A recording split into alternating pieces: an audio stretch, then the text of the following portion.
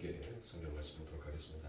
오늘 성경 말씀은 요한복음 4장 20절부터 24절의 말씀 중에서 마지막 절인 24절에 기록되어 있는 한 절의 말씀과 한 목소리로 함께 봉독하도록 하겠습니다. 요한복음 4장 24절 다 찾으신 줄 알고 한 목소리로 함께 봉독합니다. 하나님은 여기시니 예배하는 자가 영과 진리로 예배할지니라. 아멘. 자, 신령과 진리로 예배다라는 말씀을 가지고 함께 은혜를 나누고 있습니다. 그래서 오늘까지 4장 20절부터 24절의 말씀을 함께 은혜를 나누고 다음 시간부터는 25절부터 마지막 42절에 기록되어 있는 그 말씀까지를 우리가 함께 보고 이 사마리아 여인에 관련되어 있는 모든 이야기를 마칠까 합니다. 그래서 아마 3월 마지막 주면은 저희가 이 사마리아 여인의 이야기가 전부 다 마무리가 되어지고 이제 또 다른 이야기, 왕의 신하의 아들을 고치는 사건에 대해서 이제 4월 달부터 함께 여러분들과 은혜를 나누도록 하겠습니다. 자, 우리가 이 신령과 진정이라는 말이 푸니마 카이 알레테이아라고 같이 말씀을 드렸죠. 그래서 푸니마라는 것은 여러분들이 너무나도 잘 알고 있기에 제가 굳이 여러분들에게 설명을 드리지 아니하겠습니다. 그리고 우리가 지난 시간에 이 알레테이아가 무슨 뜻인지에 대해서 함께 은혜를 나누었죠. 그래서 이 알레테이아는 바로 실체요, 본질을 나타낼 때 쓰더라는 것입니다. 그러니까 이 신약에 와서 신령과 진정으로 예배를 드린다는 것은 지금 이제 구약에서는 뭐였다는 거예요? 구약에서는 전부 다 그림자요 모형이었던 그 실체가 바로 무엇인지가 드러났다는 것이죠. 그러니까 그 실체가 바로 무엇입니까? 신약시대의 실체, 그게 예수인 것이에요. 그러니까 예배는 누구를 드리는 거예요? 예수를 드리는 것이다 라고 제가 지난 시간에 말씀을 드렸습니다. 그래서 구약에서는 그 예수를 하나님과 백성들에게 무엇으로 설명할 방법이 없어요. 무엇으로 표현할 방법이 없단 말이에요. 그렇다고 해서 하나님을 그들의 삶 가운데 보이게끔 하면은 그들이 죄인 되어서 아직 죄의 용서함을 받지 못하였기 때문에 전부 다 하나님 앞에 나서는 자마다 다 무엇할 수밖에 없다고요? 다 죽을 수밖에 없는 거예요. 그러면 하나님께서는 하나님의 백성들을 구원하시는 것이 아니라 오히려 하나님의 백성을 전부 다 죽이는 쪽으로 가시니까 하나님께서는 당신의 백성들을 살리시기 위한 그 방법과 그 길을 바로 그림자와 모형으로 구약시대의 예배로, 제사로 그 모습을 드러내고 나타냈더라는 것입니다. 그래서 그 예배와 제사를 통하여서 진짜 그림자요 모형으로 너희들이 드리고 있는 이 예배의 실체가 무엇인지를 바로 하나님께서는 그들의 삶 가운데 설명하였었습니다. 그래서 이제 그 신약의 시대, 예수 그리스도의 시대가 옴으로 인하여서 이제 아버지 하나님께서 무엇하십니까? 돌 위에 돌 하나도 남지 않냐고 아버지 하나님께서 그 성전을 무너뜨려 버리시겠다라고 말씀을 하시죠. 자, 구약시대에 예루살렘의 성전이 다시 재건이 되었잖아요. 그 재건된 것을 그들은 여러분들 무엇했었습니까? 실체가 무엇인지를 모르니까 항상 눈에 보여지는 것에 여러분들 그 화려함을 쫓아서 가더라는 것이에요.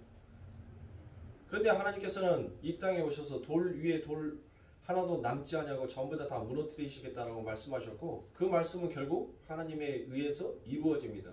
로마 터툴리안에 의해서 이 예루살렘의 성전이 돌 위에 돌 하나도 남지 않냐고 여러분들 전부 다 무너지게 되는 것이 바로 하나님의 언약, 하나님의 말씀이라는 것이에요. 자, 그렇게 하나님께서는 왜 예루살렘의 성전을 돌 위에 돌 하나도 남기지 않냐고 그와 같이 전부 다 무너뜨리셔버렸냐. 그리고 여러분들 엄청난 시대가 지났습니다. 이 유대인들이 여러분들 전 세계를 제가 여러분들에게 여러 번 말씀드렸던 것처럼 유대인들의 힘은 여러분들 굉장히 막강해요. 전 세계를 여러분들 움직일 수 있는 그 힘의 원동력이 바로 이 유대인들이란 말이에요. 한 나라를 살리기도 하고 한 나라를 죽일 수도 있는 것이 지금 이 유대인들이란 말이에요. 그 정도로 보이지 아니하는 힘을 가지고 있는 이 유대인들이 왜 그 예루살렘 그곳에 그 땅을 왜 차지하지 못하고 그곳에 왜 하나님의 성전을 재건하지 못하냔 말이에요. 그렇게 막강한 힘을 가지고 있음에도 불구하고 누가 그 길을 막아버린 겁니까? 하나님께서 그것을 막아버리신 것입니다. 그러면 하나님께서 그 작은 예루살렘이라는 그 땅에 하나님의 성전을 재건하지 못하게 하시는 이유와 본질이 있을 거 아닙니까? 그런데 그것을 알지 못하는 인간들은 계속적으로 그곳에 하나님의 성전을 다시 재건해야 된다라는 그와 같은 외침을 부르짖고 있더란 것이에요. 그러면 그들은 지금 무엇을 보지 못한 겁니까? 실체인 예수 그리스도를 보지 못하는 것이에요. 즉 이 사마리아 여인에게 있어서 이 사마리아 여인에게 하나님께서는 구원이 예배가 무엇인지를 이 사마리아 여인, 즉 성경을 읽는 독자인 우리 여자에게 지금 이야기하여 주고 있는 것이에요. 무엇을 이야기하고 있는 겁니까? 구원은, 예배는 어떤 장소나 형식이 중요한 것이 결코 아니라는 것이에요. 바로 실체인 나를 너희들이 바라보고 나를 제사하는 것, 나를 드리는 것이 그것이 바로 예배다라는 것을 이 사마리아 여인의 이야기를 통해서 우리들에게 들려주는 것입니다. 그래서 아버지 하나님께서는 사도행전 1장 8절에서 무엇을 얘기합니까? 너희들은 나의 증인이 되는데 어떤 증인이 되리라라고 얘기합니까? 온 유대와 사마리아 땅끝까지 이르러 나의 증인이 되리라라고 얘기합니다. 그런데 그 전에 무엇이에요? 무엇을 얘기했어요? 예루살렘을 얘기하잖아요. 예루살렘과 온 유대와 사마리아 땅끝까지 이르러 내 증인이 되리라라고 얘기를 하잖아요. 그러니까 하나님의 복음이 여러분들 지금 무엇에부터 시작이 된다는 거예요? 어디에서부터 시작이 된다는 거예요? 오늘 본문 4장 22절에 보니까 구원이 어디에서부터 시작이 되었다라고 얘기합니까? 구원이 유대인에게서 났음이라라고 그와 같이 얘기를 한단 말이에요. 그러니까 즉 복음은 하나님의 언약의 체계는 어디에서부터 시작이 됐다는 거예요. 하나님의 언약의 체계는 바로 이 유대인에게서부터 시작이 되어서 그 유대인으로부터 시작이 된 그 복음이 바로 이방인에게 전달되어져 가는 식으로 이 언약이 성취가 되고 그것이 바로 나의 복음의 증인이 된다라는 그와 같은 말씀을 하고 계시는 것입니다.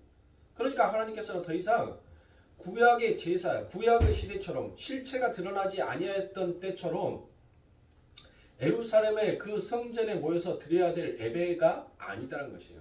너희들은 이제 이 예루살렘, 이 유대인을 기점으로 하나님의 복음이 시작이 되었듯이 너희들은 이제 그 하나님의 복음을 들고 예수와 함께 온 유대와 사마리아 땅끝까지 이르러 하나님의 백성, 하나님의 증인이 되어야 된다는 것이에요.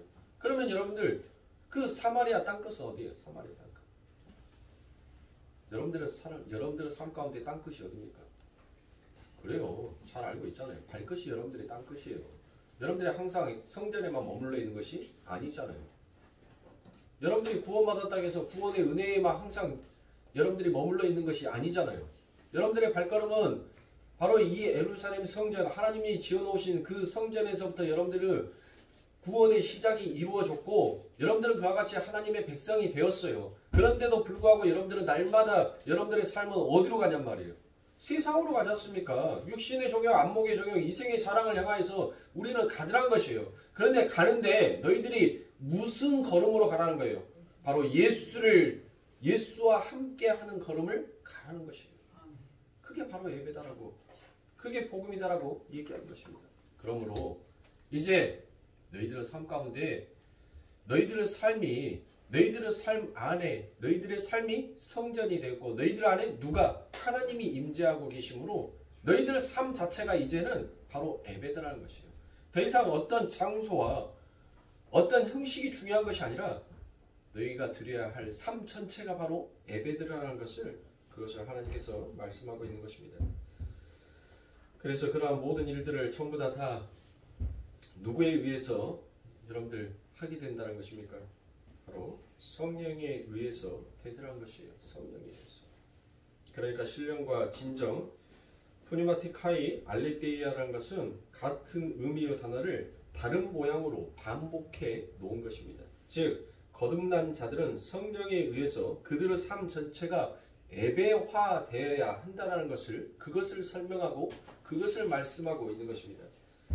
그런데 우리는 지금도 마치 구약의 제사 때처럼 시간과 공간에 얽매여서 너무 형식화되어버린 예배의식에 빠져있는 면이 너무나도 적지 않더란 것입니다.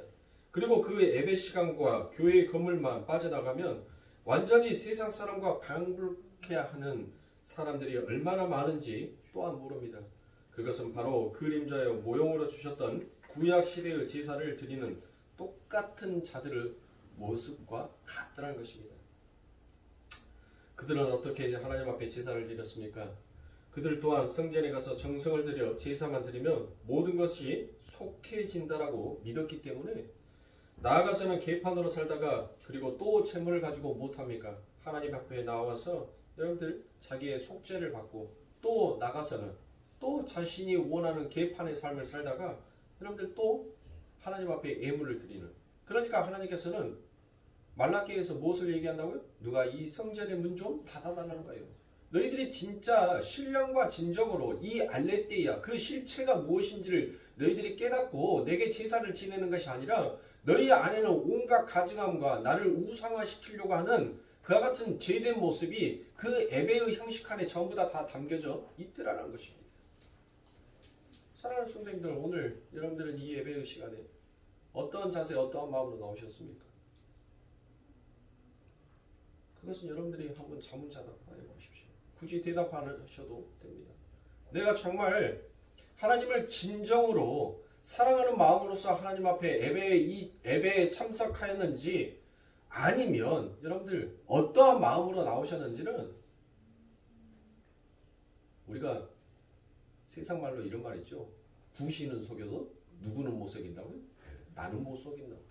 여러분 자신은 여러분들이 너무나도 잘하는 거예요.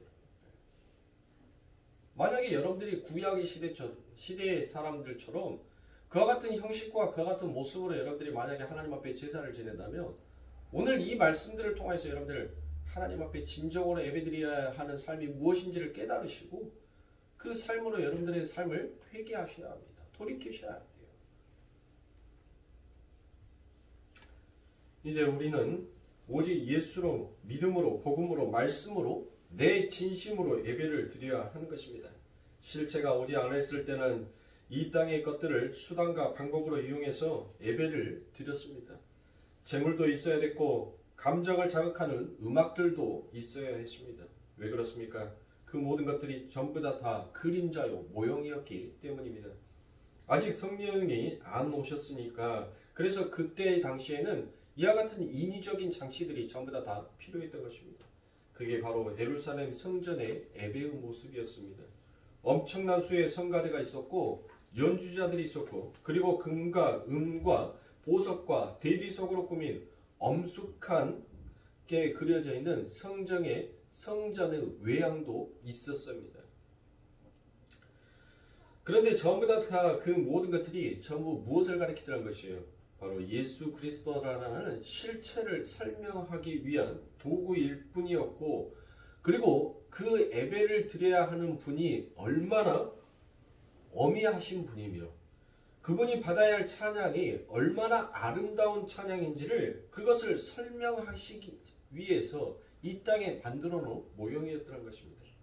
그런데 이제는 어떻습니까? 그 실체가 이 땅에 오셨다는 거죠. 우리 안에는 이미 성령이 부어주셨습니다. 그래서 우리에게는 이제 믿음이라는 것이 생기게 되었습니다.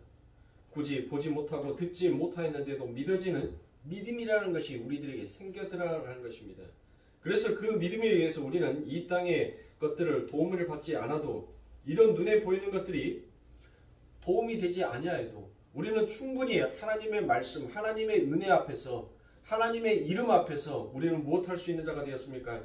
충분히 감격할 수 있는 자가 되었고 그 이름 앞에서 인위적인 엄숙함과 경건함을 만들어내지 아니하여도 그 마음속 깊은 곳에 하나님을 향한 경외가 솟구쳐 올라오는 자들이 되었더라라는 것입니다.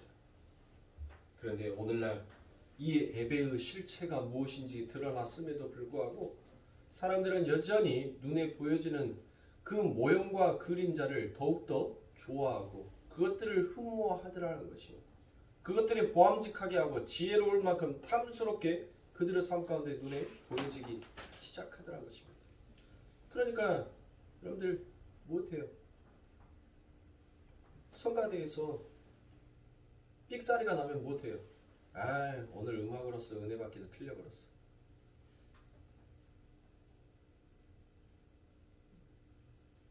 목사님의 설교가 어때야 됩니까? 나의 심금을 울려주고 나를 감동스럽게 해줘야 되는데 나를 울려주지도 않고 나의 심금을 자극하지도 않아요. 오히려 나를 내 삶 가운데 화를 돋구치게 합니다. 그래서 오늘 예배는 별로 은혜로운 예배가 되지 못하였어라고 생각을 합니다. 그래서 교회들은 더욱더 무엇을 쫓아가더라는 것이에요. 엄청난 오케스트라 같은 그리고 엄청난 훈련을 통한 성가대를 세워놓기 시작합니다. 음악을 안다는 자들을 향하여서 그들이 성가대를 맡아야 된다라고 한결같이 다들 얘기해요. 그리고 웅장한 찬양과 함께 웅장한 음악들이 등장을 해야 합니다. 또 화려한 멀티미디어가 있어야 돼요. 화려한 조명도 필요하고 그리고 엄청난 스크린을 통해서 강대상에서 올려지는 그 설교가 여러분들 어마어마한 설교처럼 웅장하게 들리게끔 해야 하는 그와 같은 시스템도 갖춰야 합니다. 여러분들 모 교회에 가면 이 음향 장비에 돈을 얼마를 썼는지 이 음향 장비가 여러분들 음향 장비에 수십억을 쓴 교회가 있어요. 그래서 강대상에서 설교를 하면 제가 지금 설교를 하면 이 스피커를 통해서 여러분들 이렇게 바로 직선적으로 나가서 탁 그 소리가 퍼져서 사라져버리는 것이 아니라 강대상에서 설교를 하면 이 파이프관을 통해서 위에서부터 마치 우리가 비닐하우스에서 작물을 키울 때 비를 이렇게 뿌리면 그 이슬비가 내려가지고 그 작물이 촉촉하게 적셔지듯이 그 파이프 관을 통하여서 그 목사님의 음성이 그 파이프관 스피커를 통해서 위에서 이슬처럼 쫙 밑으로 내려오게끔 그런 시스템을 갖춘 교회가 있어요. 거기서 가서 여러분들 그 소리를 들어보면 정말 웅장할 수가 없어요. 자, 그런 엄청난 시스템들을 다 갖춰놓은 거 여러분들 제가 지금 이것을 갖춰놓았다는 것이 여러분들 나쁘다라고 얘기를 드리는 것이 아니에요. 성가대가 여러분들 음악을 해서 하나님 앞에 아름다운 선율과 아름다운 찬양을 했다는 것이 그게 나쁘다라고 여러분들 말씀을 드리는 것이 아닙니다. 제가 지금 드리고 싶어하는 말씀은 뭐예요? 그 모든 것들을 통해서 우리가 진짜 하나님 앞에 예배를 드려야 하는 마음을 우리들의 삶 가운데 가지고 있느냐는 것이에요. 오히려 형식과 율법에 빠져버린 우리들의 모양을 바라보는 그것이 마치 거룩한 예배이고 은혜로운 예배다라고 말하는 그런 우리들의 마음의 죄가 결코 그것이 하나님께서 흠모하시고 원하시는 예배냐는 것이죠. 그런데 사람들은 못합니까? 교회들은 못해요. 늘 화려한 그림만을 쫓아가는 거예요. 외형만을 추구하는 것이에요. 교회의 성전을 멋지게 하고 아름다운 멀티미디어의 시스템들을 전부 다 갖춰놓고 그리고 아름다운 오케스트라 선율들을 불러다가 여러분들 그와 같은 선율로서 성도들에게 주더라는 것이에요. 결국 무엇이에요? 사람을 위한 예배입니까? 하나님을 위한 예배입니까? 그와 같은 예배의 시스템들을 갖춰놓고 성도들을 불러모으더라고요. 당신들 앉아만 있으면 하늘에서 모든 것이 전부 다 은혜롭게 떨어질 것입니다.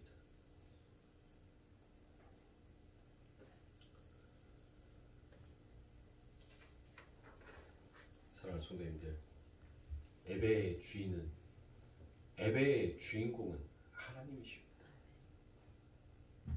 설령 교회가 아름다운 시스템을 갖추지 못하였어도 아름다운 오케스트라 선율이 없어도 음악을 몰라서 간신히 그동안 내가 들어왔던 수백 번 수천 번을 들어왔던 그 찬송가를 성도들 앞에 부르는데도 서로 화음도 맞지도 않고 음도 맞지도 아니하고 가는데도 그 80 먹은 할머니들이 하나님을 좋아서 피아노 반주도 맞지 아니하는 그 음정과 그 박자와 그 목소리로 하나님 앞에 찬양 드리는 그 모습이 오히려 하나님 보시기에는 더 아름다운 예배요, 더 아름다운 음악의 선율로 들려질 때가 있더라는 것이에요.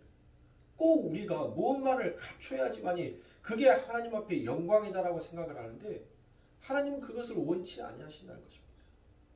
그런데 우리들은 그와 같은 형식들에 너무 많이 길들여져 있고 너무 많이 그 모든 것들에 익숙해져 있기 때문에 그것이 잘 갖춰져 있는 교회야 그게 바로 하나님의 축복받은 교회다라고 같이 얘기를 합니다. 정말 그런 교회가 축복받은 교회예요? 저 시골에 내려가 보세요.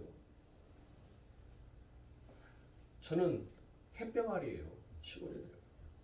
60 먹은 사람들이 어디 나이 60 먹었다라고 명함이라도 내밀 수 있습니까? 청년회장이 여러분들 청년회장이 지금 60대 70대가 시골에 내려가면 청년회장이 60대 70대가 청년회장이에요. 청년회장. 어디에서 60 먹었다고 뒷짐지고 가만히 앉아 있으려고 하세요? 그런데 그 교회 시골 교회 가서 한번 봐보시죠. 음정박자도 모르고 콩나물 깍대기가 무엇인지도 모르고 한글도 읽을 줄 모르는 그 할머니들이 그 예배 시간에 강대상 앞에 쭉 성경책 들고 나와서 그 하나님 앞에 찬양하는 그 음악의 선율이 얼마나 여러분들 그 속에서부터 하나님의 사랑이 무엇인지 하나님의 경외함이 무엇인지 하나님께서 원하시는 진짜 아름다운 찬양이 무엇인지를 느끼게 하더라는 것이에요. 너무나도 엉성해요. 시스템도 엉망이에요. 그런데 우리들은 오히려 그런 것을 보면서 그냥 그래 어쩌다 한 번 정도는 들어줄만 하지.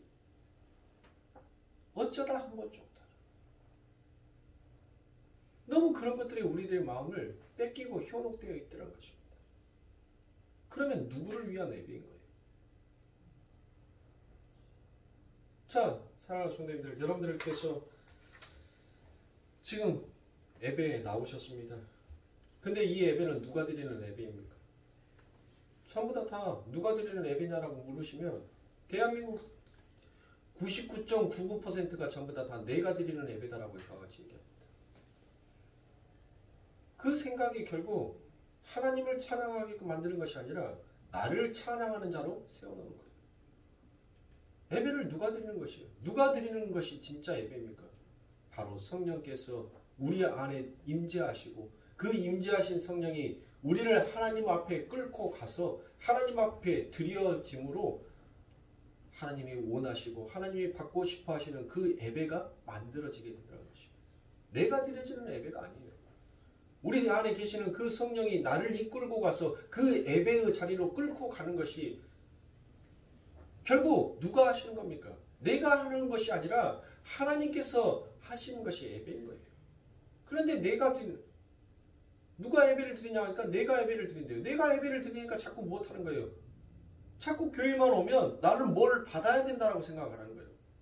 음악을 통해서 내가 은혜를 받아야 되고 어떤 멀티미디어를 통해서 내가 은혜를 받아야 되고 때로는 설교를 통해서 내가 은혜를 받아야 된다고 얘기를 합니다. 사랑하는 성도님들, 여러분들은 은혜 받아서 그 성령의 은혜에 담겨져서 여러분들이 이 자리에 앉은 자예요. 이미 은혜를 받았는데 무슨 또 은혜를 받아야 한다라고 여러분들 그와 같은 그 마음을 갖고 있냔 말이에요. 그건 전부 다 내가 하는 일에 대해서 보상받고 싶어하는 보상의 심리 아닙니까? 나 이렇게 했으니까 보상해줘. 은혜가 없으면 결코 이 자리에 나올 수가 없습니다. 그래서 우리들은 예배를 사수해야 하는 거예요. 어떠한 이유가 됐든지 어떠한 삶의 중심이 됐든 간에 정말 성령에 거듭나는 자라 하면 내 몸이 아플지라도 내 감정에 휘말림이 있더라도 내가 직장생활에 세상 가운데 내가 바쁘더라도 그 예배의 현장, 그 예배의 시간을 사모할 수 있는 자의 마음이 되어야 하는 것입니다. 부득불 그 예배에 참석하지 못한다 하면 그 삶의 현장에서라도 우리는 예배하는 예배자의 모습으로 우리는 늘 우리들의 삶이 사라져야 하는 거예요. 그런데 우리들의 삶이 그하냐고요. 형식과 틀을 갖춰놓아서 그나마 이 시간에 하나님 앞에 예배를 드려야 한다는 그 마음에 억척스러운 마음에 이 자리에 앉았는데 그 하나님의 은혜에 또 풍덩 담겨져서 감사와 찬송을 드리게 되더라고요. 착과 형식과 틀을 여러분들 벗어나게 되니까 내 삶의 중심에서 예배가 나오질 않는 거예요.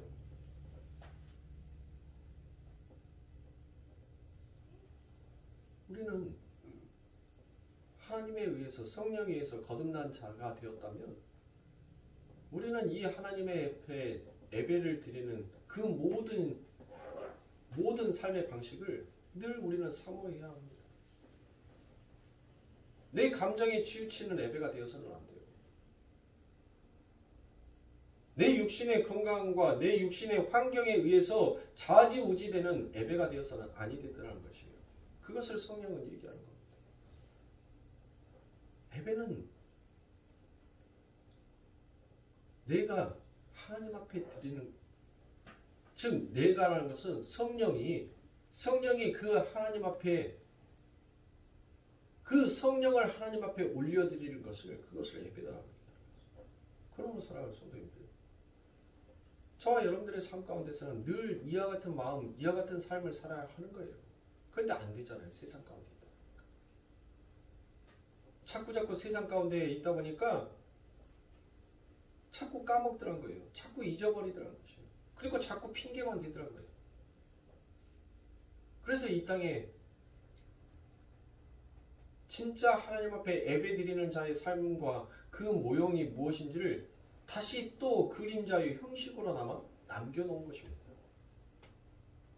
일주일 동안 여러분들 금요 예배도 없고 수요 예배도 없고 새벽 기도도 없고 주일 예배만 달랑 하나만 있다고 생각을 하고 있어요. 그게 삶이 편할 것 같고 그게 좋을 것 같은데 그게 익숙해지다 보니까 여러분들 못하더라고요. 나중에 수요 예배가 생기고 금요 예배가 생기고 새벽 기도가 생기면 그게 귀찮고 싫은 거예요. 왜 이것을 해야 돼? 즉 예배는 삶 가운데 훈련인 것입니다. 날마다 우리들이 훈련해야 하는 거예요. 어느 날 갑자기 내가 예배자가 되는 것이 아닙니다. 날마다 내 삶 가운데서 하나님의 이름을 부르짖고 날마다 내가 서 있는 장소에서 그 하나님의 앞에 형식과 틀을 갖추어지는 것이 아니라 내 마음에 하나님을 찬양할 수 있고 이 예배의 주인공은 역시 하나님이십니다. 그래서 하나님은 하나님 것을 받으십니다라는 그와 같은 마음으로 우리는 하나님 앞에 드릴 수 있는 그와 같은 준비가 되어야 합니다. 그래서 우리 교회에서는 다소 그러한 형식들을 과감하게 쳐버리고 있는 것입니다. 그래서 제가 절기도 쳐버린 거예요. 그림자의 모형이라는 것이기 때문에. 그나마 부활절과 성탄절은 우리 유년부 아이들을 위하여서 그 모든 것들을 남겨두었지만 나머지들은 우리 삶에 그와 같은 절기들이 되어야 한다는 그 마음으로서 다 버려버린 것입니다. 그러니 사랑하는 성도님들, 정말 내가 아버지 하나님 앞에 무엇을 바치고 그리고 그것을 바쳤음으로 인하여서 내가 무엇을 받아야 한다라는 그와 같은 마음을 버리셔야 합니다. 그러면 사랑하는 성도님들, 우리가 아버지 하나님 앞에 이 예배를 위해서 그러면 우리가 준비해야 할 것이 무엇입니까? 우리는 과연 무엇을 준비해야 합니까? 여러분들 이 예배에 참석하셨을 때 무엇을 준비하여 오셨습니까? 헌금을 준비하셨습니까? 봉사를 준비하셨습니까? 무엇을 준비하셨어요? 하나님께서 하나님 앞에 예배드리는 자가 준비해야 할 것이 무엇이냐고요. 근데 대부분 사람들이 하나님 앞에 예배를 드리러 갈 때 준비해야 할 것이 바로 헌금이요, 봉사요. 그거로 생각을 하더란 것입니다. 뭘 하나님 앞에 드려야 돼요? 믿음을 드려야 돼요. 우리가 준비해야 해서 가야 할 것은 바로 믿음이라는 것입니다. 그런데 여러분들 교회에 나오면 우리는 뭘 해요? 내가 그 예배당에 가니까 하나님이 나를 이끌고 가는 것이 아니라 내가 그 예배당에 가니까 자꾸 우리는 무엇을 준비해 가야 한다라는 식으로 생각을 합니다. 제가 어렸을 때 교회에 가면 교회에서 제일 듣기 싫었던 말씀 중에 이 목사님의 기도였어요. 그 목사님이 항상 헌금 기도를 하면 어떤 기도를 했냐면 주님 빈손으로 오지 아니하게 해주셔서 감사합니다. 또한 빈손으로 오는 자가 있으면 다음번에는 빈손으로 오지 아니하도록 축복해 주시옵소서라고 그와 같이 얘기를 합니다. 그 기도가 정말 듣기 싫었어요. 나는 하나님이 뭔지도 모르고 믿음이 뭔지도 모르고 당장 부모님한테 받은 용돈이 그렇게 풍족한 것도 아니고 당장 이 돈에서 얼마를 드린다면 그것이 나한테 배로 돌아온다는 것이 없고 오히려 내 것이 없어지니까 나는 손해라고 여겨서 때로는 교회 갈 때 집에다가 지갑을 놔두고 돈을 하나도 안 갖고 갈 때도 있었단 말이에요. 50원짜리 어쩌다가 주머니에 뒤져봤는데 50원짜리 동전 하나 있어요. 그래서 그 50원짜리 현금함에다가 넣어본 적도 있습니다. 그래서 자꾸 갈 때마다 그런 기도를 하는 거예요. 그러면서 생각한 거예요. 아, 교회 갈 때는 항상 뭘 들고 가야지 목사가 좋아하는구나.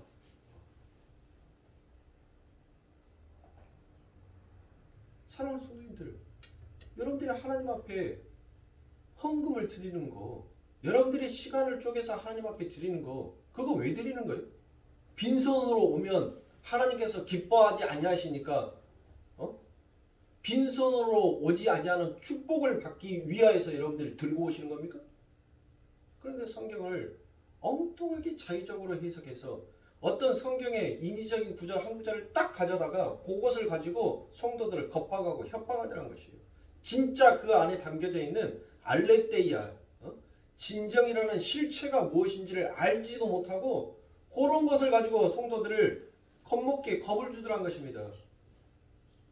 그래서 그 목사가 어떠한 근거로 그런 설교를 하고 그런 말을 했는지 성경을 봐보니까 바로 출애굽기 23장 15절에 이와 같은 말씀이 있습니다. 너는 무교병의 절기를 지키라. 내가 내게 명한 대로 아비올의 정한 때에 7일 동안 무교병을 먹을지니 이는 그 달에 내가 애굽에서 나왔음이라. 빈손으로 내게 보이지 말지니라 라고 되어 있죠. 자 보세요. 빈손으로 내게 보이지 말지니라. 요거 가지고 협박을 하더란 것이에요. 요거 가지고 성도들을 겁박을 하더란 것입니다. 자, 출애굽기 34장 20절의 말씀해 보니 나귀의 첫 새끼는 어린 양으로 대속할 것이요 그렇지 아니하려면 그 목을 꺾을 것이며 내 아들 중 장자는 다 대속할지며 빈손으로 내 얼굴을 보지 말지니라 라고 그와 같이 얘기합니다. 이 안에 담겨져 있는 뜻이 뭐예요? 하나님께서 빈손으로 오면 너의 목을 꺾어버린다는 거예요? 너의 삶 가운데 저주를 내리겠다는 거예요? 그래서 너희들은 절대 하나님 앞에 나올 때는 빈손으로 나오면 아니 된다는 그와 같은 뜻입니까? 구약에서 구약시대에 하나님 앞에 제사를 지내고 제물을 바친 이유가 뭐예요? 왜 하나님 앞에 제물을 지냅니까? 그 제사를 지낼 때 왜 제물을 준비하여 가지고 그 제물을 하나님 앞에 드리우냐고요? 왜요? 하나님, 이 제물이 아니면 나는 도저히 하나님 앞에 나아갈 수 있는 자가 아닙니다라는 그 고백으로 제물을 가지고 가는 거예요. 그러니까 결국 제물을 가지고 갔다는 것은 뭐예요? 내가 하나님 앞에 죄인입니다라는 것을 인정하는 거예요. 인정하는 거. 아멘. 저와 여러분들이 하나님 앞에 헌금을 드리는 거, 하나님 앞에 봉사를 하고 하나님 앞에 전도를 하는 거 뭐예요?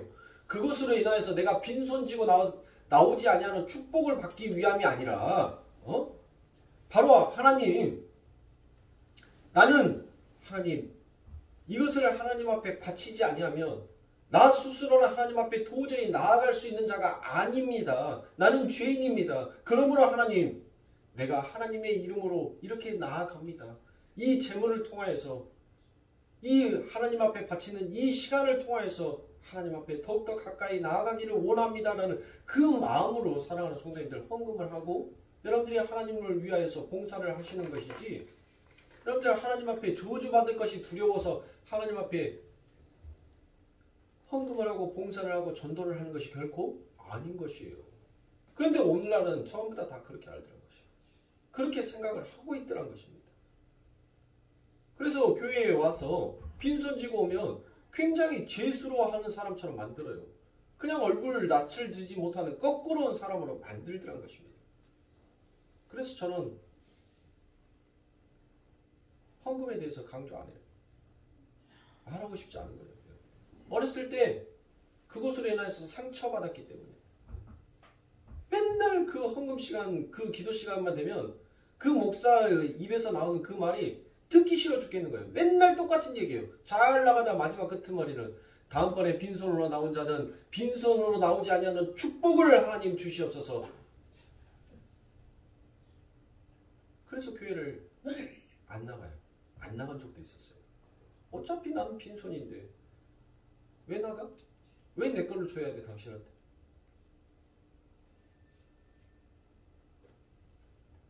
그러니까 사랑하는 성도님들, 우리가 무엇을 준비해서 하나님 앞에 바쳤을 때 그것을 하나님께서 기뻐하시고 기뻐 받으시는 것이 아니에요.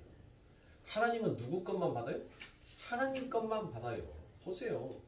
하나님께서 이 아브라함에게 하나님께서 네 아들 이삭을 바치라라고 얘기를 했죠. 그래서 이 아브라함이 그 이삭을 데리고 갑니다. 그리고 그 아들의 심장에 칼을 꽂으려고 할 때 하나님께서 그 칼을 더 이상 그 아들의 가슴에 꽂지 못하게끔 멈추게 합니다. 그리고 뒤를 돌아보라라고 하니까 그 엉겅퀴에 누가 하나님께서 예비해 놓으신 그 재물이 준비가 되어 있더란 것이요. 즉 이 아브라함이 들고 간 것은 뭐를 들고 간 겁니까? 그 하나님 앞에 나아갈 때 무엇을 들고 간 거예요? 믿음을 들고 간 거 아닙니까? 믿음을 들고 갔더니 그 하나님께서 받으시고 싶어하는 기뻐하는 그 예물을 하나님께서 준비하여서 하나님께서 다시 받을 수 있게끔 하나님께서 우리들의 삶 가운데 은혜를 베푸시더란 거예요. 그러므로 사랑하는 성도님들, 우리들이 하나님 앞에 나아갈 때 드려야 할 것은 뭐예요? 믿음인 거예요. 믿음. 이 아브라함과 같은 믿음. 그래 하나님께서 모든 것을 준비하시고 하나님께서 내 삶 가운데 모든 것을 예비해 놓으셨을 거야 라는 그 하나님을 전적으로 의지하는 그 믿음, 그 믿음을 가지고 와야지. 내가 하나님 앞에 무엇을 하나를 드림으로 인해서 우리 하나님께서 이것을 기뻐 받으시고 내게 무엇을 하나 더하여 주시겠지, 그 마음으로 간다면 그게 우상 숭배란 거예요. 그게 우상 숭배예요. 그게 목이 곧은 자들이 드리는 제사들이라는 것이에요. 여러분들 이 에레미야, 우리가 새벽기도 때 에레미야서를 보지만 에레미야서와 이사야서에 보면 얼마나 똑같은 단어가 반복이 됩니까? 내 백성이 목이 곧았다라고 얘기해요. 내 백성이 목이 곧았다. 목이 곧은 백성이야. 목이 뻣뻣한 백성이야라고 계속 얘기를 한단 말이에요. 결국 하나님을 우상화, 형식화 만들어서 하나님 앞에 드리는 것이 그게 예배다. 이게 진짜 예배다라고 생각하였던 것입니다. 그러므로 사랑하는 성도님들, 우리는 그 믿음을 근거한, 그 믿음에 의한 예배를 드리는 거예요. 그러면 그 믿음이 뭐예요? 그 믿음은 근거가 뭐냐고요? 우리가 그러면 믿음을 들고 나가야 한단 말이에요. 들고 나가야지만이 하나님께서 받으신다고 얘기를 했잖아요. 그러면 그 믿음이 뭐예요? 그 믿음의 근거가 무엇이냐고요. 자, 히브리서 13장 15절과 16절입니다. 이러므로 우리가 예수로 말미암아, 자, 예배의 근거가 바로 무엇이라는 겁니까? 예수로 말미암아 항상 찬미의 제사를 하나님께 드리자. 이는 그 이름을 증거하는 입술의 열매니라. 오직 선을 행함과 서로 나눠주기를 잊지 말라. 이 같은 제사는 하나님이 기뻐하시느니라. 그러면 믿음의 근거가 뭐라는 거예요? 우리가 들고 가야 될 그 믿음은 무엇이라는 거예요? 그래요. 바로 예수를 들고 가는 거예요. 예수. 하나님께서 진짜 받고 싶어하는 재물, 하나님께서 진짜 원하시는 예배는 바로 예수들한 것이에요. 그 예수를 그 믿음에 근거하여 하나님 앞에 올렸을 때 하나님께서 그 예배를, 그 제사를 무엇하더란 것이에요? 기뻐 받으시더란 거예요. 기뻐하시더란 것입니다. 그러므로 하나님께서 우리들이 하는 거, 내 거 드리는 거 하나도 인정 안 해주는 거야. 하나도 안 받는 거예요. 하나님이 받고 싶어하는 것은 오직 예수만 받고 싶어하는 것이지, 우리들의 열심, 우리들의 공력, 우리들의 노력, 우리들의 봉사, 우리들의 것은 하나님께서 원하시는 바가 아니더란 것이에요. 그런데 자꾸 우리들은 못해요. 이 예배 시간에 우리 것을 드리려고 하잖아요. 우리 거를, 예수를 하나님만 받고 싶은데 자꾸 우리 거를 드리는 거예요. 우리 거. 예배 시간에 여러분들 찬양이 삑사리가 나면 어떻습니까? 설교회 하는 설교자가 아나운서처럼 말이 매끄럽지 못하면 또 어떻습니까? 받아들이는 그 성도들이, 여러분들 때로는 그 성도님들이 앉아 계신 그 자리가 웅성웅성하고 산만하면 어떠냐? 내 주변의 환경이 어찌됐든 간에 내 중심에 진짜 예수를 드리기를 원하는 그 마음과 그 자세만 있다면 모든 것이 하나님 앞에 은혜요 감사인 것이에요. 하나님 나 같은 사람, 하나님 나 같은 죄인을 하나님의 은혜 가운데 이 자리에 앉게 해주시고 하나님 또 하나님의 말씀을 듣게 하시고 하나님 앞에 찬양을 부를 수 있는 소리내어서 하나님 앞에 외칠 수 있는 이 시간을 허락하여 주심에 그저 나는 감사합니다라고 가능한 것이에요. 그와 같은 사람에게 여러분들 장소가 중요할까요? 환경이 중요할까요? 그들에게는 환경도 장소도 중요하지 않습니다. 즉 마음 가운데 나를 드리고자 하는 것이 아니라 예수를 드리고자 싶어하는 그 믿음을 가지고 있는 자는 결국 내 주변의 환경이 어찌하든지 간에 하나님께서 이 시간 내게 들려줄 그 은혜가 무엇인지에 대해서 길을 쫑긋하고 있기에 못하는 겁니다. 제가 여러분들에게 설교해주는 이 설교가 적은 양이 아니에요. 여러분들 보편적인 목사님들이 강대상에 올라가면 A4 용지로 한 4장 분량의 설교를 가지고 올라간답니다. 그리고 한 30분 정도의 설교를 한대요. 근데 제가 보통 이 한 번 설교를 할 때 강대상에 가지고 올라오는 이 설교의 원고가 적게 가지고 올 때는 8편 정도, 8장 정도 돼요. A4 용지 10포인트로 해서. 그런데 이렇게 수없이 많은 말들을 좀 매끄럽지 못하고 부자연스럽고 딱딱 끊어지고 인위적인 말로 하나님의 말씀을 전달하는데도 그 속에서도 하나님께서 내 심령 가운데 울리게 하는 그 울림의 소리가 있더라는 것이에요. 수없이 많은 40분의 시간 속에서 내가 원하고 내가 듣고 싶고 내 삶 가운데 은혜로 꽂혀지는 그 말씀이 있더라는 것이에요. 그것을 여러분들은 듣기 위해서 귀를 쫑긋 세워야 하는 겁니다. 그런데 내 주변에 있는 것들이 무엇이 신경이 쓰입니까? 신경이 안 쓰이죠. 신경이 쓰일 수가 없죠.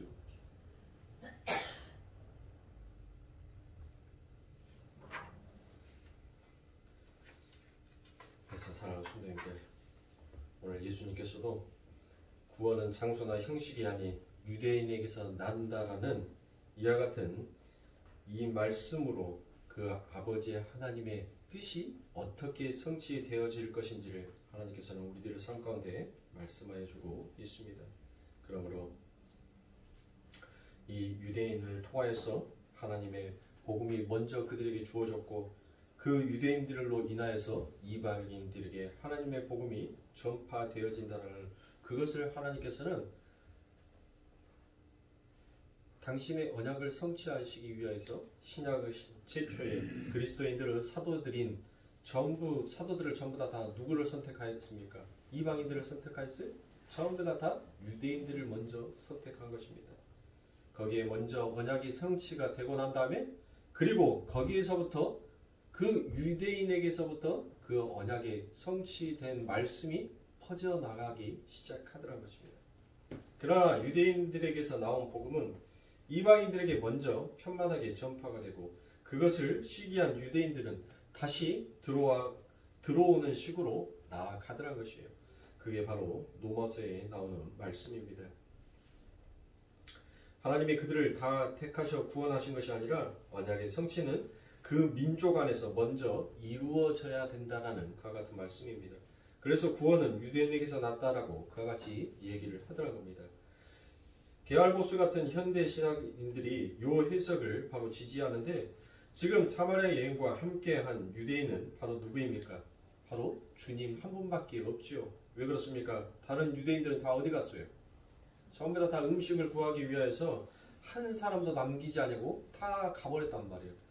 그래서 주님이 사마리아 여인에게 너희가 장소나 시간이나 방법을 에베오 조건으로 생각하고 있는데 구원은 그런 것으로부터 오는 것이 결코 아니다라고 얘기합니다.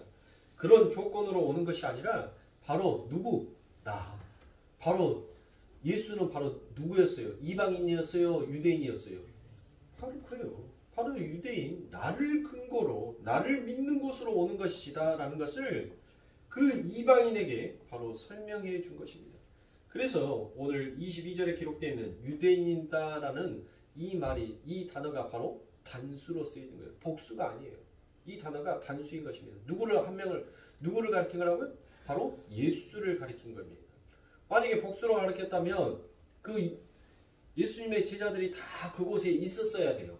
그래야지만 이 복수, 유대인들이라고 되어 있겠지만 바로 유대인이라는 이 단수를 써서 그 구원의 근거는 바로 나다라는 것을 설명하고 있다는 것입니다. 그러므로 사랑하는 성도님들, 중요한 것은 예배는 형식과 방법과 장소 문제가 아니라 그 예배의 근거는 오직 우리 주 예수 그리스도여야 하고, 우리는 그 예배의 자리에 은혜를 근거해서 서야 하는 자다라는 것을 이야기하고 있는 것입니다. 그러므로 사랑하는 성도님들, 우리는 이 형식에 치우치지 말으셔야 합니다. 예배의 방법과 장소를 가지고 여러분들이 문제를 삼으시면 아니 됩니다. 여러분들의 삶 가운데 주어지는 모든 것이 하나님의 은혜였고 그 하나님으로부터 부어지는 사랑이었음을 아는 자들라면 여러분들의 삶의 중심이 늘 하나님 앞에 찬송과 찬양을 드리는 그와 같은 마음속에서 늘 살아야 할 줄 믿습니다. 그러므로 사랑하는 성도님들, 우리는 신령과 진정으로 이제 예배를 드리는 자가 되었습니다. 왜 그렇습니까? 우리는 그 실체 알레데이아가 무엇인지를 우리는 이제 알았단 말이에요. 그 예수 그리스도의 그 피 흘리심, 오늘 또 이 세상 가운데 길 잃어버린 그 양 한 마리를 찾으시기 위해서 하나님께서는 가시와 엉겅퀴로 되어 있는 이 땅에 당신의 살이 찢기고 당신의 발이 상하고 당신의 손이 찢어져도 당신은 그 잃어버린 양 한 마리를 찾기 위하여서 그 사랑을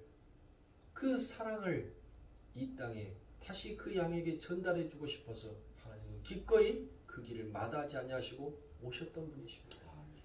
그게 바로 저와 여러분들이에요. 그렇게 우리는 하나님의 사랑 가운데 그 예수 그리스도의 헌신과 그 아버지 하나님의 긍휼과 용서하심으로 가시와 엉겅퀴로 우리는 죽을 수밖에 없었던 우리들의 삶이 이제는 그 가시와 엉겅퀴가 거두어지는 자유의 나라, 푸른 초장이 놓여있는 그 들판으로 뛰어다닐 수 있는 그와 같은 아버지 하나님의 나라를, 그 실체가 우리 안에 있고 그리고 그 실체가 무엇인지 우리는 알기에 진정으로 하나님 앞에 예배 드리는 것이 나의 믿음의 근거가 아니라 바로 예수 그리스도의 그 믿음의 근거로 우리는 예배해야 한다는 그 사실을 우리는 이제 알았으니까 사랑하는 성도님들, 여러분들이 이 땅에서 하나님 앞에 드려지는 이 예배의 모든 순간순간들을 정말 예수를 드리고자, 예수를 바라보고자 원하는 그와 같은 삶으로 여러분들 예배를 드려야 할 줄 믿습니다. 진짜 그렇게 하나님 앞에 예배 드리는 자의 삶으로, 하나님의 말씀 앞에 순종하고 살아가는 자의 삶으로 우리들이 이 땅을 살아간다면 결국 그 아버지 하나님의 말씀을 성취하고 이루는 자의 삶을 살아가게 될 것입니다. 왜 그렇습니까? 내가 하나님으로부터 어떤 은혜를 받았는지를 내가 알고 있으니까. 나보다 더 흉악한 자가 없음을 내가 깨달았다면 이제는 더 이상 그 하나님의 왕자를 차지하기 위하여서 내가 고군분투하지 아니해도 됩니까?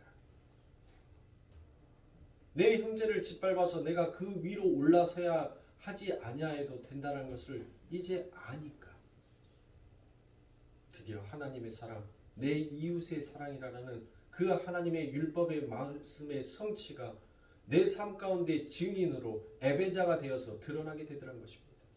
이게 바로 거듭난 자, 성령에 의하여서 성령이 충만한 자의 삶이라는 것입니다.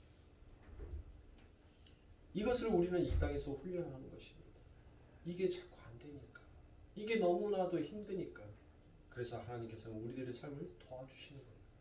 힘을 북돋아주고 쓰러지고 낭망하고 지쳐있을 때 하나님께서 우리를 다시 일으켜서 그 아버지 하나님이 원하시는 빛의 나라로 하나님께서는 다시 조명하여 주시고 그 하늘의 생수와 하늘의 떡을 우리들의 입에 넣어주셔서 다시 일어설 수 있는 용기와 희망과 소망을 주시는 것입니다.